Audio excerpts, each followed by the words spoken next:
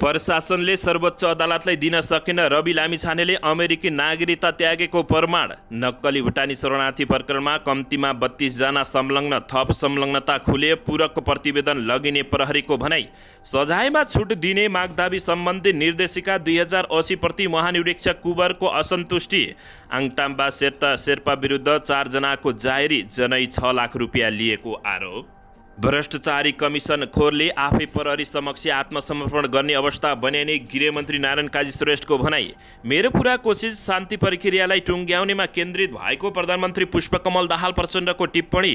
ओलीप्रति विश्वप्रकाश शर्माको टिप्पणी। बालकोटमा बादल लाग्दा बानेश्वर धमिलो देख्नुभयो।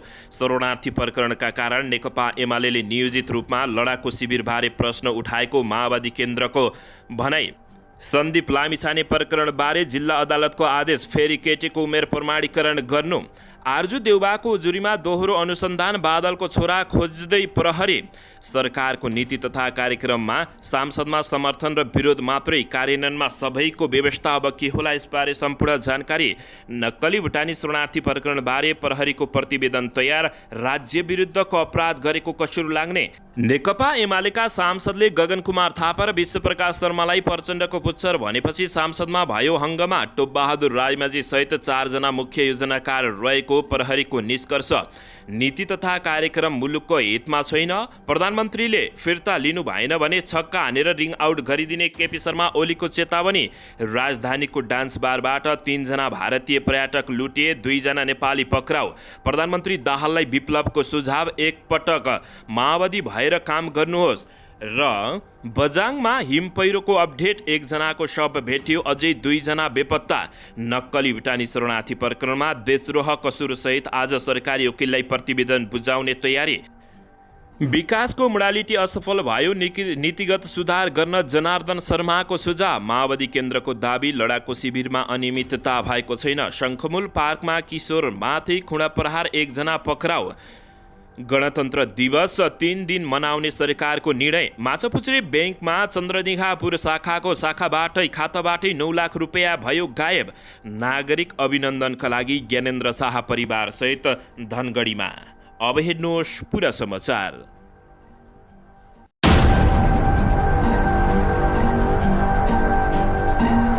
दर्शक महानुभावहरू नमस्कार। नेपाली न्युज टिभीको न्युज बुलेटिन खबरमा यहाँहरूलाई हार्दिक स्वागत छ। सदाझै आज पनि तपाईँहरूमाझ देश तथा विदेशका महत्त्वपूर्ण समाचार अपडेटका साथ उपस्थित भइसकेका छौँ। दर्शक महानुभावहरू, हामीलाई तपाईँहरूले कहाँदेखि हेर्दै हुनुहुन्छ नेपाल भए जिल्ला र ठाउँको नाम लेख्नुहोला। यदि विदेशमा हुनुहुन्छ भने आफू रहेको देशको नाम पनि लेख्न नभुल्नुहोला। र हाम्रो च्यानल नेपाली न्युज टिभीलाई अहिलेसम्म पनि सब्सक्राइब गर्नुभएको छैन भने सब्सक्राइब गर्नुहोला, साथै सँगै रहेको बेल आइकनलाई दबाउन पनि नभुल्नुहोला। आउनुहोस् दर्शक महानुभावहरू, आजको मुख्य समाचारहरूबाट सुरु गरौँ। दर्शकबिन, नक्कली भुटानी शरणार्थी प्रकरणमा देशद्रोह कसुरसहित आज सरकारी वकिललाई प्रतिवेदन बुझाउने तीव्र तयारी भएको छ। जिल्ला प्रहरी परिसर काठमाडौँले नक्कली भुटानी शरणार्थी बनाएर अमेरिका पठाउने लोभमा सयौं नागरिकहरूको करोडौं रकम ठगी प्रकरणको अनुसन्धान प्रतिवेदन आज सोमबार जिल्ला सरकारी वकिलको कार्यालयलाई बुझाउने तयारी गरेको छ। प्रहरीले ठगी र सङ्गठित अपराधमा गरी 16 जना व्यक्तिलाई पक्राउ गरी अनुसन्धान गरिरहेको छ। आइतबार मात्रै 3 दिनको म्याद लिएर प्रहरीले हिरासतमा राखेको छ। संलग्नको आरोप लागेका केही भने फरार रहेका छन्। प्रहरी उपरीक्षक सीताराम रिजालले कानुनले आकर्षित गर्ने सबै दफाको माग दाबी सहित अभियोजन गर्ने गरी प्रतिवेदन दिने बताएका हुन्। घटनामा 106 जना पीडितबाट 23 करोड 25 लाख ठगी भएको भनी उजुरी परेको छ। प्रहरी स्रोतका अनुसार ठगी र सङ्गठित अपराध सहित कोहीलाई लिखित सम्बन्धी कसुर, कृत्य तथा कोहीलाई देशद्रोहको पनि मुद्दा चलाउने गरी राय को प्रतिवेदन जान सक्ने बताएका हुन्। घटनामा पूर्व उपप्रधानमन्त्री टोपबहादुर रायमाझी, पूर्व गृहमन्त्री बालकृष्ण खाँड, तत्कालीन गृह सचिव टेकनारायण पाण्डे लगायतका दर्जनौं बेचौलेहरू पक्राउ परेका छन्। पूर्व गृहमन्त्री रामबहादुर थापा बादलका छोरा प्रतीक र इन्द्रजित राईका छोरा नवीन सहितका व्यक्ति भने यति बेला फरार रहेका छन्। दर्शकबिन, यसैबीच यता जिल्ला प्रशासन कार्यालय काठमाडौँले राष्ट्रिय स्वतन्त्र पार्टी रासपाका सभापति रवि लामिछानेले अमेरिकी नागरिकता त्यागेको निस्सा प्रमाणबारे आफ्नै पुरानो जवाफमा बाँजिने गरी पत्र पठाएको छ। युवराज पौडेल सफलको निवेदन अनुसार सर्वोच्च अदालतले गत वैशाख 27 गते जिल्ला प्रशासनलाई पत्र लेख्दै रवि लामिछानेले अमेरिकी नागरिकता त्यागेको प्रमाण माग गरेको थियो। प्रशासनले सर्वोच्च अदालतले रवि लामिछानेले अमेरिकी नागरिकता प्रमाण पत्र त्याग गरेको प्रमाण दिन नसकेपछि यति बेला जताततै निकै ठुलो चर्चा चलेको छ। युवराज पौडेल सफलले निवेदन अनुसार सर्वोच्च अदालतले गत वैशाख 27 गते जिल्ला प्रशासन पत्रलाई लेख्दै रवि लामिछानेले अमेरिकी नागरिकता त्यागेको प्रमाण माग गरेका थिए। सर्वोच्च अदालतको उक्त पत्रको जवाब दिँदै गत माघ 15 गते पुरानै नम्बर सहितको नेपाली नागरिकता पुनर्प्राप्ति गर्ने क्रममा रवि लामिछानेले अमेरिकी नागरिकता त्यागेको निस्साबारे विरोध भाषापूर्ण जवाफ दिएको हो। प्रशासनका कानुन अधिकृत सानुबाबु श्रेष्ठले यही जेठ 3 गते सर्वोच्च अदालतलाई लेखेको जवाफमा उक्त कुरा आफ्नो कार्यालयसँग सम्बन्धित नरहेको बताएका छन्। प्रस्तुत विषयमा सम्मानित अदालतको चलानी सङ्ख्या 43390 मिति 2080-1-27 को पत्र प्राप्त भई बेहोरा अवगत भएको छ। तथा सम्बन्धमा निवेदक युवराज पौडेल सफल र विपक्षी महानिर्देशकता कार्यालय काठमाडौँ समेत भएको प्रेषण मुद्दा नम्बर 072WO 1087 को रिट निवेदनमा प्रत्याशी राष्ट्रिय स्वतन्त्र पार्टीका सभापति रवि लामिछानेले अमेरिकी राजधानी त्याग गरिसकेको भन्ने प्रमाणित हुने निस्सा माग भएको हुँदा उक्त राजधानी त्याग सम्बन्धी निस्सा यस कार्यालयसँग सम्बन्धित नरहेको बेहोरा सदर अनुरोध गर्दछ जवाफमा भनिएको छ। दर्शकमैन, के रवि लामिछानेले साँच्चै अमेरिकी नागरिकता त्यागेका होइनन्? त्यसबारे तपाईँहरूले के भन्न चाहनुहुन्छ? प्रतिक्रिया दिन नभुल्नुहोला। दर्शकबिन, यसैबीच आउनुहोस् अर्को समाचारतर्फ लागौँ। सजायमा छुट दिने मागदाबी सम्बन्धी निर्देशिका 2080 प्रति महानिरीक्षक कुँवरको असन्तुष्टि रहेको छ। नेपाल प्रहरीका महानिरीक्षक वसन्त कुमार कुँवरले महानिर्देशकताको कार्यालयले सार्वजनिक गरेको सजायमा छुट दिने मागदाबी सम्बन्धी निर्देशिका 2080 प्रति असन्तुष्ट व्यक्त गरेका छन्। आइतबार महानिर्देशकता कार्यालयले काठमाडौँमा गरेको कार्यक्रममा बोल्दै उनले असन्तुष्ट व्यक्त गरेका हुन्। उनले पीडितको मागदाबीलाई धेरै स्थान दिँदा अनुसन्धान गर्ने निकाय र पीडित पक्ष झनै अन्यायमा पर्ने बताएका छन्। उनले जारी भएको निर्देशिका 7, 8, 9, 10, 11, 12 र 13 मा भएको व्यवस्थाले झनै पीडित हुने अवस्था आउने बताएका छन्। उनले कानुन बमोजिम सजाय पाई कैद भुक्तान गरिसकेको पटकै अपराधीलाई पनि यो सुविधा दिन सकिने व्यवस्थाले केही चुनौती थपिने भन्दै सचेत समेत गराएका छन्। उनले यो निर्देशिका उचित हो वा होइन भन्ने बारेमा बहस हुन जरुरी रहेको समेत बताएका हुन्। दर्शकबिन, यसैबीच आउनुहोस् अर्को समाचारतर्फ लागौँ। नक्कली भुटानी शरणार्थी प्रकरणमा मुछिएका आङटाबा शेर्पा विरुद्ध 4 जनाले प्रहरीमा जाहेर दिएका छन्। नेपाली नागरिकहरूलाई भुटानी शरणार्थी बनाएर अमेरिका पठाइदिन्छु भनेर शेर्पाले जनै 6 लाख रुपैयाँ लिएको पीडितले जाहेरीमा उल्लेख गरेको छ। यो प्रकरणमा पूर्व गृहमन्त्री बालकृष्ण खाँडको नाम जोडिएपछि यस अघि नै पक्राउ परेका केशव दुलाल र सानु भण्डारीलाई शेर्पाले प्रहरी हिरासतमा भेटेका थिए। खाँडको कनेक्सनबारे नबताउन शेर्पाले दुलाल र भण्डारीलाई सुझाव दिए लगत्तै उनी फरार भएका थिए। पछि प्रहरीमा आत्मसमर्पण गरेका शेर्पा विरुद्ध प्रहरीले अनुसन्धान अघि बढाएको थियो। काठमाडौँ जिल्ला प्रहरी परिसर टेकुमा प्रवक्ता एसएसपी सीताराम रिजालका अनुसार उजुरी उप अनुसन्धान भइरहेको जानकारी प्राप्त भएको छ। आङटाबा शेर्पा विरुद्ध 4 जनाको जाहेरी परेको छ। जनै 6 लाख रुपैयाँ लिएको आरोप लागेको हो। दर्शकबिन, यसैबीच नेकपा माओवादी केन्द्रले लडाकु शिविर व्यवस्थापनमा कुनै पनि घोटाला नभएको जनाएको छ। शरणार्थी प्रकरणका कारण एमाले नियोजित रूपमा लडाकु शिविरबारे प्रश्न उठाएको नेकपा माओवादी केन्द्रले बताएको हो। आइतबार पार्टी कार्यालय पेरिस डाँडामा पत्रकार सम्मेलन गर्दै माओवादीले झण्डै 6 वर्ष माओवादी सेनाको व्यवस्थापन तथा समायोजनको जिम्मा राज्यले लिएको भन्दै शिविर व्यवस्थापनमा कुनै घोटाला नभएको बताएको छ। शान्ति प्रक्रियालाई सार्थक पार्न माओवादी सेनाको रेखदेख र व्यवस्थापनका लागि करिब 46 करोड पेशकी व्यवस्थापन गरिएकोमा सो रकम अनुदानमा परिणत गर्न शान्ति मन्त्रालयको सिफारिसमा सरकारको निर्णयलाई आधार बनाएर महालेखा परीक्षकले 2069 जेठको सो रकम खर्चको समर्थन फरेस्ट्यौरी र मिनाहा गरी समपरीक्षणको जानकारी पत्र शिविर व्यवस्थापन केन्द्रीय सामान्यकर्ताको कार्यालय सिंहदरबारमा पठाएको माओवादी उपाध्यक्ष एवं प्रवक्ता कृष्ण बहादुर महराले जानकारी दिएका छन्। त्यस्तै शिविर व्यवस्थापन कार्यालय मार्फत माओवादी सेनाको भत्ता र अन्य व्यवस्थापनको रकम भुक्तानी भएको उनले बताउँदै उनले नक्कली भुटानी शरणार्थी प्रकरणका कारण केहीले नियोजित रूपमा लडाकु शिविरबारे प्रश्न उठाएको भन्दै एमालेलाई कटाक्ष गरेका छन्। त्यस्तै माओवादी केन्द्रले नक्कली भुटानी शरणार्थी प्रकरणमा कारबाही प्रक्रियाले राष्ट्रिय अपराधीहरूलाई कारबाही गरी राष्ट्रको शान जोगाउन खोजिएको र यसले समग्र उत्साह र मनोबल उठेको उनले जानकारी दिएका छन्। सरकारले दोषीहरूलाई कारबाही गर्नु, कुनै कसुर बाँकी नराखी कुनै पनि किसिमको सम्झौता नगर्न सरकारलाई माओवादीले सुझाव दिएको छ। प्रवक्ता महराले सरकारले आफ्नो गतिमा नेपाल र नेपालीलाई जनतालाई सकारात्मक सन्देश दिन खोजेको बताएका छन्। पत्रकार सम्मेलनमा माओवादी केन्द्रका सचिव चक्रपाणी खनाल बलदेवले अयोग्य लडाकुलाई रकम दिने निर्णय अहिले नभएर धेरै पहिलाको सरकारले गरेको निर्णय भए पनि पटक पटक रोकिएको समेत बताएका छन्। लडाकु शिविरको विषयमा सांसदमा आवाज उठाउनुको कुनै तुक नरहेको भन्दै यस विषयमा अध्ययन गरेर मात्रै बोल्न सुझाव समेत दिएका छन्। यसैबीच नेकपा माओवादी केन्द्रलाई शरणार्थी प्रकरणमा कारण एमाले नियोजित रूपमा लडाकु शिविरबारे प्रश्न उठाएको पनि माओवादीले बताएको छ। दर्शकबिन यसैबीच यता नेपाली नागरिकलाई नक्कली भुटानी शरणार्थी बनाएर अमेरिका लैजाने प्रपञ्च पूर्व प्रधानमन्त्री शेरबहादुर देउबाकी पत्नी एवं काङ्ग्रेस नेत्री आरजु राणा देउबा पनि संलग्न भएको अडियो सार्वजनिक भएपछि त्यसबारे प्रहरीले अनुसन्धान गरिरहेको छ। प्रहरीले आरजुले दिएको उजुरीमाथि छानबिन मात्र गरेको छैन, अडियोमा उल्लेख गरिएको विषयबारे पनि अनुसन्धान गरिरहेको छ। साथै पूर्व गृहमन्त्री रामबहादुर थापा बादलले पनि यो विषयमा उन्मुक्ति पाउने अवस्था देखिन्न।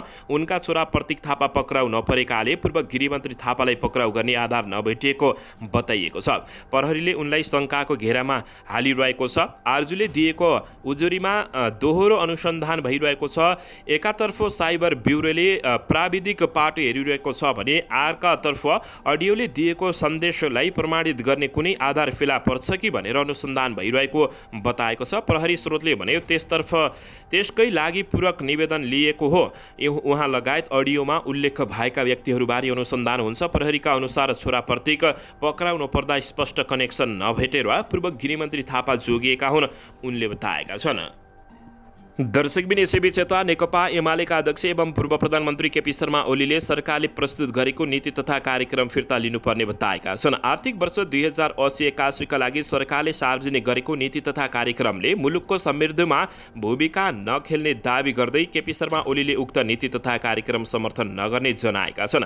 त्यस्तै केपी शर्मा ओलीले उक्त नीति तथा कार्यक्रमलाई समर्थन नगर्न पनि अन्य दललाई आह्वान गरेका छन्।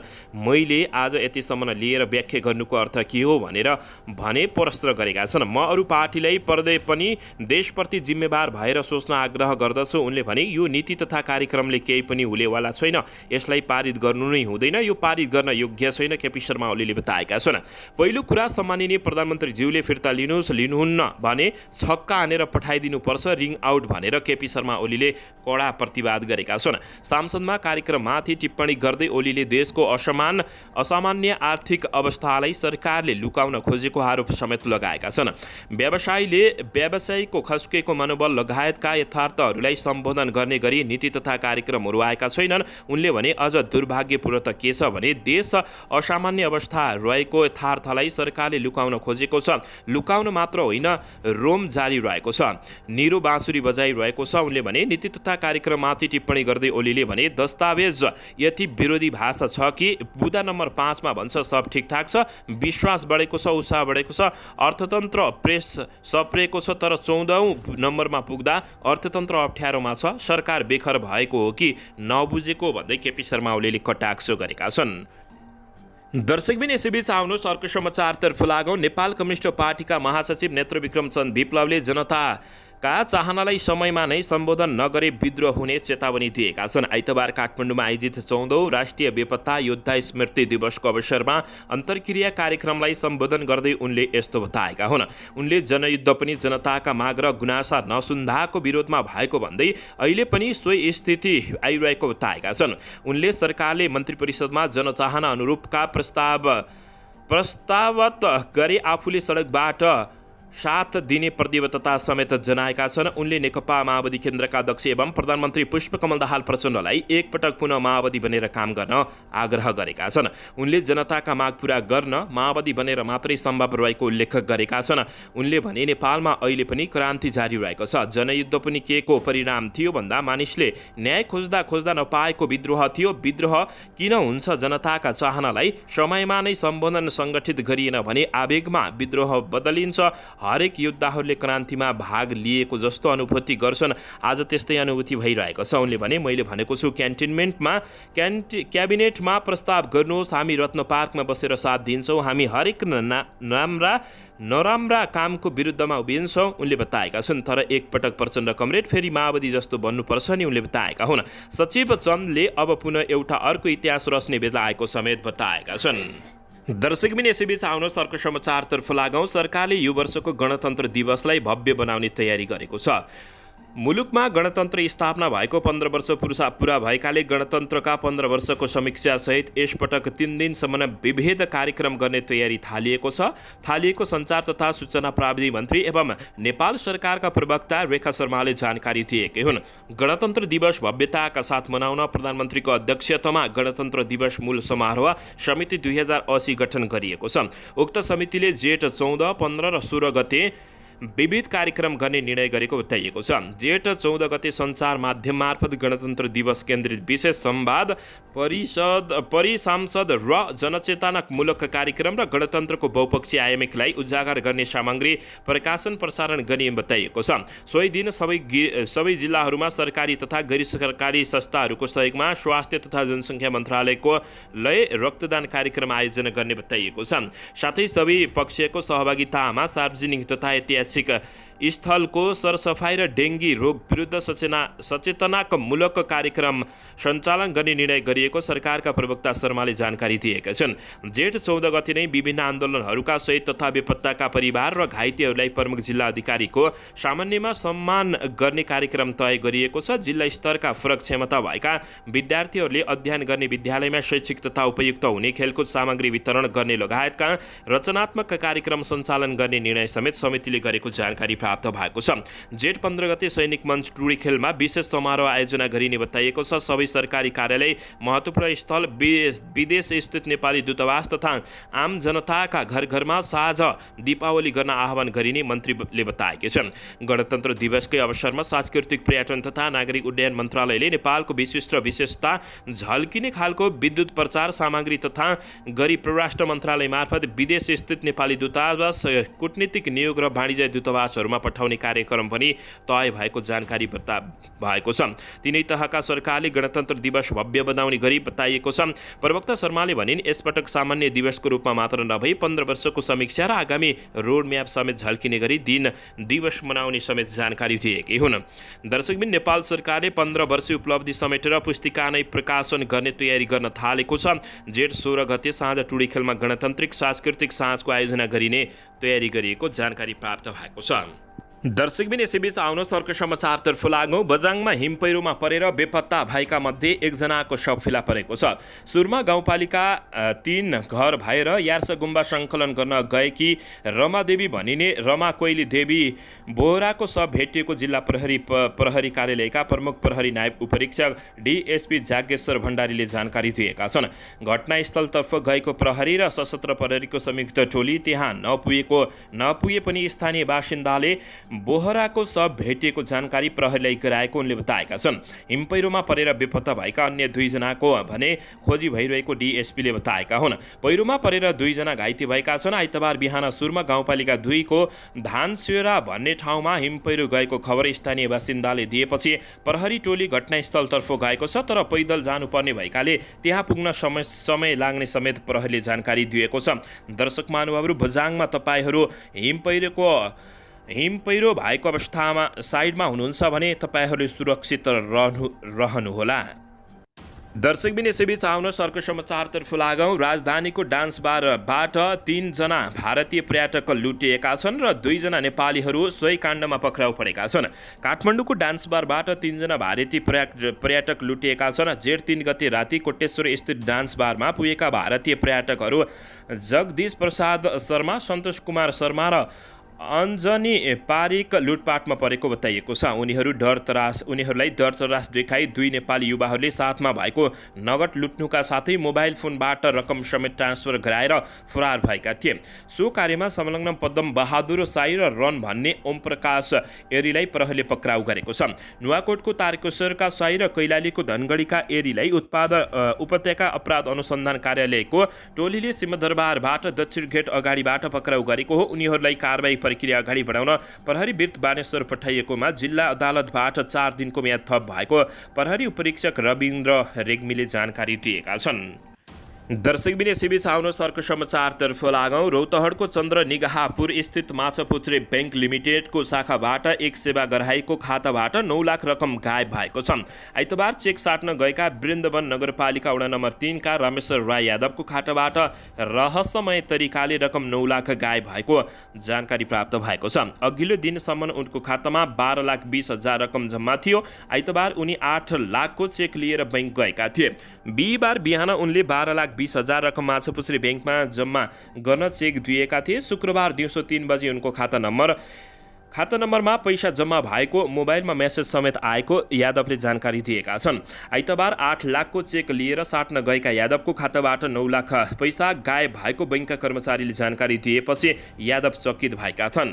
त्यसपछि उनी बैंकको शाखा प्रमुख रामजी दासलाई भेटेर खाताबाट कसरी पैसा गायो भनेर सोध्न थालेका हुन्। प्रमुख दासले सहजै हकारेका थिए। पैसा लगेको जवाब दिएका थिए। सेवा ग्राहीको खाताबाट रकम गायब भएको जानकारी पाएपछि पनि प्रमुख दास जिम्मेवारीबाट पन्सिन खोजेका बताइएको छ। दासले खातावालालाई आफै पत्ता लगाउनु भनेपछि बैंकमा पीडितका आफन्तहरूले केही बेर तनाव सिर्जना भएको थियो। साँझसम्म पीडितका आफन्तहरू ठूलो संख्यामा बैंकमा जम्मा भएका छन्। इलाका प्रहरी चन्द्र निगाहपुरबाट प्रहरीको टोली पुगेपछि घटना अनुसन्धान थालिएको छ। पीडित यादवले बैंककै कर्मचारीहरूको मिलेमतोमा पैसा गायब भएको आरोप लगाएका छन्। मेरो खाताबाट पैसा गायब भएको भनेर बिहानै जानकारी गराउँदा समेत बैंक प्रमुख दासले व्यवस्था गरेको समेत उनले गुनासो गरेका हुन्। दर्शकबिन यसैबीच आउनुहोस् अर्को समाचारतर्फ लागौँ। काठमाडौँको शङ्खमुल पार्कमा किशोरीमाथि खुडा प्रहार भएको छ। खुडा प्रहारबाट 19 वर्षीय रोहित जङ्ग साई घाइते भएका छन्। कैलाली घर भएका साई बुद्धनगर बस्ने बताइएको छ। आपसमा विवाद हुँदा कैलाली घर भएका बल्खु बस्ने करण विष्टले खुडा प्रहार गरेको ललितपुरका एसएसपी सिद्धिविक्रम शाहीले जानकारी दिएका छन्। खुडा प्रहार गरेको आरोपमा प्रहरीले करणलाई पक्राउ गरेको छ। घटनाबारे जिल्ला प्रहरी परिसर ललितपुरले अनुसन्धान गरिरहेको जानकारी प्राप्त भएको छ। काठमाडौँको शङ्खमुल पार्कमा किशोरमाथि खुडा प्रहार भएर एकजना पक्राउ परेको जानकारी प्राप्त भएको छ। दर्शक महानुभावहरू, पछिल्लो समय नेपालमा हत्या, हिंसा, बलात्कार जस्ता जघन्य अपराधहरू दिनानुदिन बढिरहेका छन्। यसबारे तपाईँहरूले के भन्न चाहनुहुन्छ? प्रतिक्रिया दिन नभुल्नुहोला। दर्शकबिन यसैबीच आउनुहोस् अर्को समाचारतर्फ लागौँ। क्रिकेटर सन्दीप लामिछाने विरुद्ध काठमाडौँ जिल्ला अदालतमा दर्ता भएको मुद्दाकै कारण उनले दक्षिण अफ्रिका टुर गुमाउने पक्का जस्तै देखिएको छ। आइसिसी विश्वकप लिग 2 मा शीर्ष 3 भित्र परेको नेपाली टिमले जिम्बाब्वेमा आयोजना हुन लागेको 1 दिवसीय विश्वकप क्रिकेटको ग्लोबल क्वालिफायरका लागि स्थान बनाएको छ। यसअघि जेलबाट निस्केर उत्कृष्ट प्रदर्शन गरेका सन्दीप लामिछाने अहिले पनि काठमाडौँ अदालतको मुद्दाका कारण उनले नेपाली टिमसँगै दक्षिण अफ्रिकामा अभ्यास जानका लागि सम्भावना कम रहेको बताइएको छ।